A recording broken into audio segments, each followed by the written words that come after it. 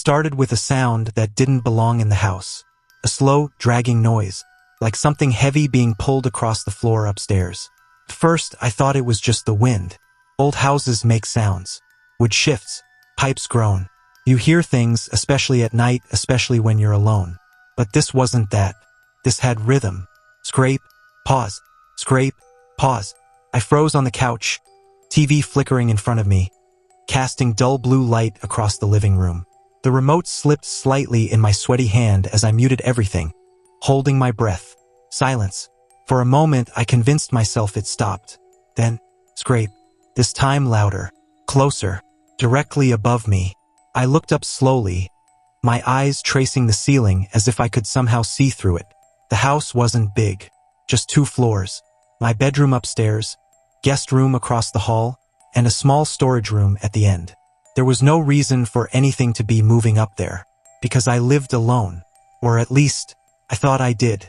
I stood up, heart thudding in my chest, every instinct telling me not to move, not to go check, not to acknowledge it.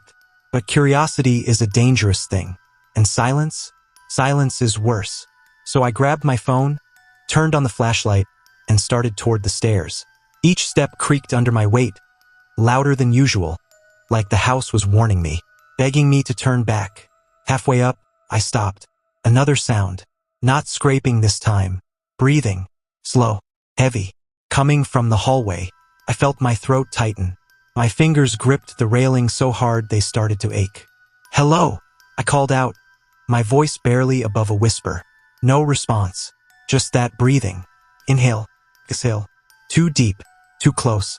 I took another step, then another, until I reached the top. The hallway stretched in front of me, dark and narrow. My bedroom door was slightly open. The guest room was closed. The storage room door was open. I was sure I had left it closed. The light from my phone barely reached the end of the hall, but I could see the darkness inside that room. Thick, heavy, like it was swallowing the light. And the breathing, it was coming from there. I swallowed hard and forced myself to walk forward. Step by step. The closer I got, the colder it felt. Not normal cold, this was different. Like walking into a freezer. Like the air itself didn't want me there. I stopped just outside the storage room. The smell hit me first. Rot. Not strong, but enough. Like something had been left too long in a closed space. My stomach turned. "Is someone there?" I asked louder this time. The breathing stopped. Instantly. The silence that followed was worse than anything before. It wasn't empty. Felt aware. Like something inside was listening. Watching. Waiting. I lifted my phone, shining the light into the room. Boxes. Old furniture. Nothing unusual. I exhaled slowly, trying to calm myself. "This is stupid," I muttered under my breath. "You're just imagining things." I stepped inside, and that's when the door slammed shut behind me. The sound exploded through the room, making me jump so hard I nearly dropped my phone. I spun around, rushing to the door, grabbing the handle. It wouldn't budge. I pulled harder. Nothing. "Hey!" I shouted, panic rising in my chest. This isn't funny, but deep down, I knew there was no one here to joke. No one except me. And whatever was breathing in this room. The light flickered. Once, twice, then steadied. I turned slowly, and that's when I noticed something I hadn't before. One of the boxes was moving, just slightly, like something inside had shifted. I stared at it, my mind refusing to process what I was seeing. Then, top! From inside the box, I stumbled back, hitting the wall behind me. No, y whispered. No, no, no. Another tap, louder this time, then scratching, right next to my ear. A whisper, soft. Vet. Don't look away. I screamed and dropped my phone, the flashlight spinning wildly across the room as it hit the floor. For a split second, the light flashed across the walls, and I saw them. Marks, hundreds of them. Scratches, deep, layered, like someone or something had been trying to claw their way out, or in. The light stopped moving, pointing at the door, which was now open. I didn't think. I ran. Out of the room, down the hallway, nearly falling down the stairs in my panic. My chest burned, my vision blurred, but I didn't stop until I reached the front door. I yanked it open and stumbled outside, collapsing onto the cold ground. Fresh air filled my lungs. I coughed, shaking, trying to process what had just happened. After a few minutes, I managed to stand. I looked back at the house. Every light was off, every window dark, silent, like nothing had happened, like it was empty. But I knew better. I left that night, didn't pack anything, didn't go back. For weeks, I stayed with a friend, trying to convince myself it was all in my head. Stress, imagination, anything but what it felt like. But then, I got a notification from my home security app. Motion detected. In the storage room, my blood ran cold as I stared at the screen. I hadn't told anyone about that room. No one had access to the house. My hands shook as I opened the app. The camera loaded slowly, too slowly, and when it finally did, the room was dark, but not empty. There was something standing in the corner. Tall, too tall, his head nearly touching the ceiling, his body wrong, twisted, and its face, even through the grainy footage. I recognized that smile, the same one from the reflection. My breath caught in my throat as I watched it. It didn't move, didn't blink, just stood there, staring directly into the camera, as if it knew I was watching. Then, it stepped forward. One slow step, then another, until it was right in front of the camera. And then it spoke. Not out loud, not something I could hear, but I understood it, clear as day, even without sound. Come back. The screen went black, the feed cut off, and a new notification appeared. Front door opened. I stared at it, frozen. My friend was asleep in the other room. The house I was in was locked, secure, safe. At least it was supposed to be. Then I heard it, from downstairs. A slow, familiar, scraping sound. Scrape, pause, scrape, pause, coming from inside the house. Not the old house, this one. And that's when I realized something far worse than anything I had felt before. I hadn't left it behind. I brought it with me. The bus wasn't supposed to stop there. I know that for a fact because I'd taken that same late-night route every single day for almost a year, and it had never, not once, stopped in the middle of that empty road. But that night, it did. It was just past 1:30 a.m., the kind of time where the world feels paused, like everything alive has gone to sleep except you. The streets were empty, the streetlights flickering like they were struggling to stay awake, and the bus itself felt off, too quiet, too still. I was sitting near the back, headphones in but no music playing, just pretending. There were only 3 other passengers when I got on. An old man near the front, a woman staring out the window, and a guy in a hoodie sitting across from me. None of them had moved the entire ride. Not once. At first, I thought they were just tired. But after 20 minutes of absolute stillness, it started to feel wrong. The old man hadn't blinked. The woman hadn't shifted. And the guy in the hoodie, he hadn't even breathed. At least not that I could see. That's when the bus slowed down. No stop sign. No station. Just an empty stretch of road surrounded by darkness. The brakes hissed softly as the bus came to a complete stop. I leaned forward slightly, confused, pulling one earbud out. The driver didn't say anything, didn't announce a stop. He just sat there, hands on the wheel, not moving. Then the doors opened. With a long, mechanical sigh, no one got off. No one got on. The doors stayed open, waiting for something.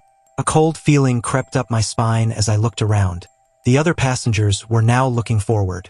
All of them, at the open doors, at the darkness outside, even the guy in the hoodie. And that's when I noticed something that made my stomach drop. They weren't looking out. They were looking at someone, standing just outside the bus. But I couldn't see anything, just darkness. Is someone there? I asked, my voice barely above a whisper. No one answered. The driver didn't react. The passengers didn't move. But slowly, very slowly, a shape began to form in the doorway. At first, it looked like a shadow. But shadows don't move like that. Shadows don't step forward. It was tall, too tall to be a normal person.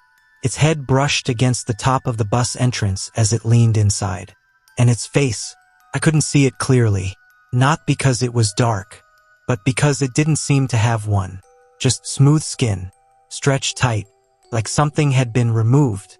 My breath caught in my throat as I watched it. No one else reacted. Like this was normal.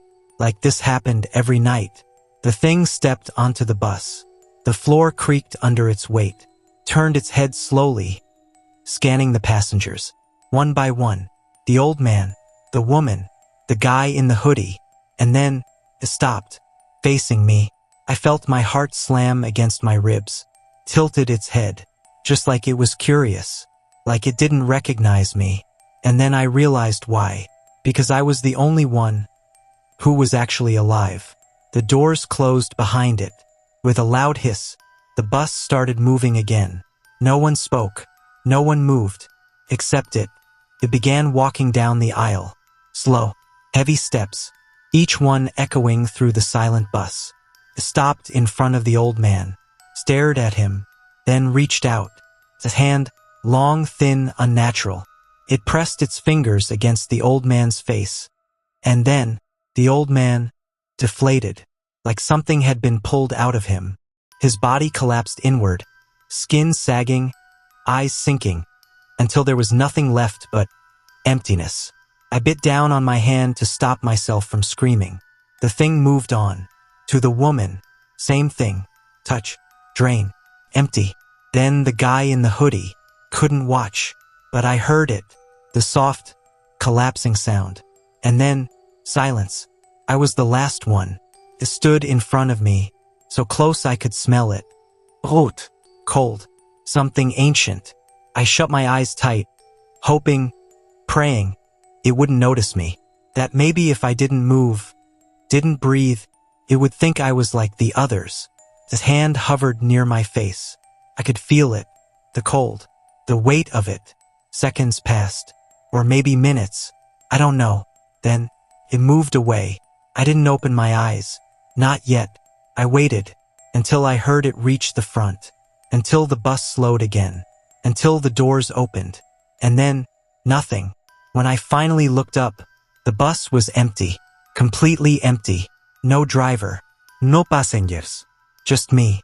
And the bus was still moving. I jumped up, rushing to the front, grabbing the wheel just as the bus veered slightly. I slammed the brakes.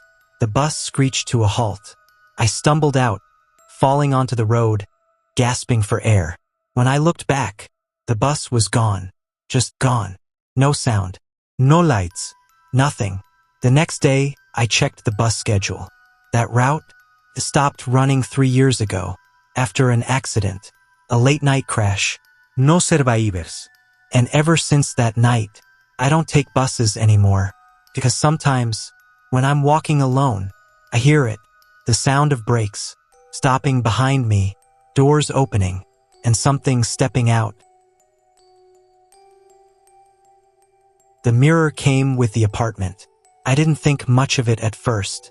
It was old, tall, framed in dark wood with intricate carvings that looked almost alive if you stared too long. It stood in the corner of the bedroom, angled slightly toward the bed.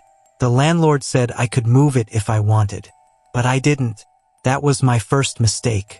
The second was looking into it at exactly 3:07 a.m. I remember the time because I woke up suddenly. No reason, no sound, just that feeling, like someone was watching me. My room was dark, but the mirror caught the faint light from the street outside, just enough to reflect the outline of the bed. And me, lying there, staring back. Except, something was wrong. My reflection wasn't moving. I blinked, in real life, but in the mirror, I didn't. My chest tightened. I raised my hand slowly. The reflection didn't. It just lay there, staring, eyes wide open, unblinking. A cold wave of fear washed over me as I sat up. And then, the reflection smiled. I didn't. My lips stayed frozen. But in the mirror, that thing, wearing my face, smiled wider than humanly possible. Too wide, too stretched, like it was trying to copy me, but didn't quite understand how. I scrambled out of bed, backing away. The reflection stayed on the bed, still watching. Then slowly, it sat up.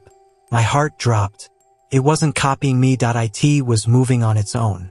Turned its head toward me, still smiling, still wrong. And then it did something that made my blood run ice cold. It lifted its hand and tapped on the inside of the mirror 3 times. Top, top, top. Like it was trying to get out. No, I whispered, shaking my head. This isn't real. But it was. I could feel it. The air had changed. Heavier, thicker, like the room itself was holding its breath.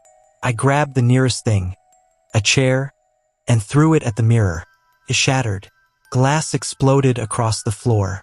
I stood there, panting, staring at the broken pieces. My reflection was gone. Just shards. Just me. Alone. Or so I thought. That night I didn't sleep. The next morning, I convinced myself it was a nightmare. Stress. New place. Imagination. I cleaned up the glass, threw it away, and went about my day. But things didn't go back to normal, because that night, at exactly 3:07 a.m., I woke up again, and this time, there was no mirror, but I could still see my reflection, standing at the foot of my bed, watching me, smiling, tilted its head slowly, then took a step forward. I couldn't move. My body wouldn't respond. I tried to scream, but nothing came out. Climbed onto the bed, slowly, carefully, like it was afraid to wake me, even though I was already awake. It leaned down, close to my face, and whispered, "You broke the door." His breath was cold, rotting, wrong. Tears streamed down my face as I stared at it, at myself, at the thing wearing my face. Now I don't need it. And then it pressed its forehead against mine. Everything went black. When I woke up the next morning, I was on the floor, my bed untouched, my body aching, like I had been somewhere else, doing something I couldn't remember. I rushed to the bathroom, looked into the mirror. My reflection moved normally, smiled when I smiled, blinked when I blinked. Everything seemed fine, until I turned to leave, and out of the corner of my eye, I saw it, still standing there, still smiling, even after I walked away. And now, every night at 3:07, I wake up, and sometimes, I'm not in bed. Sometimes, I'm standing in front of a mirror, smiling, and I don't remember getting there.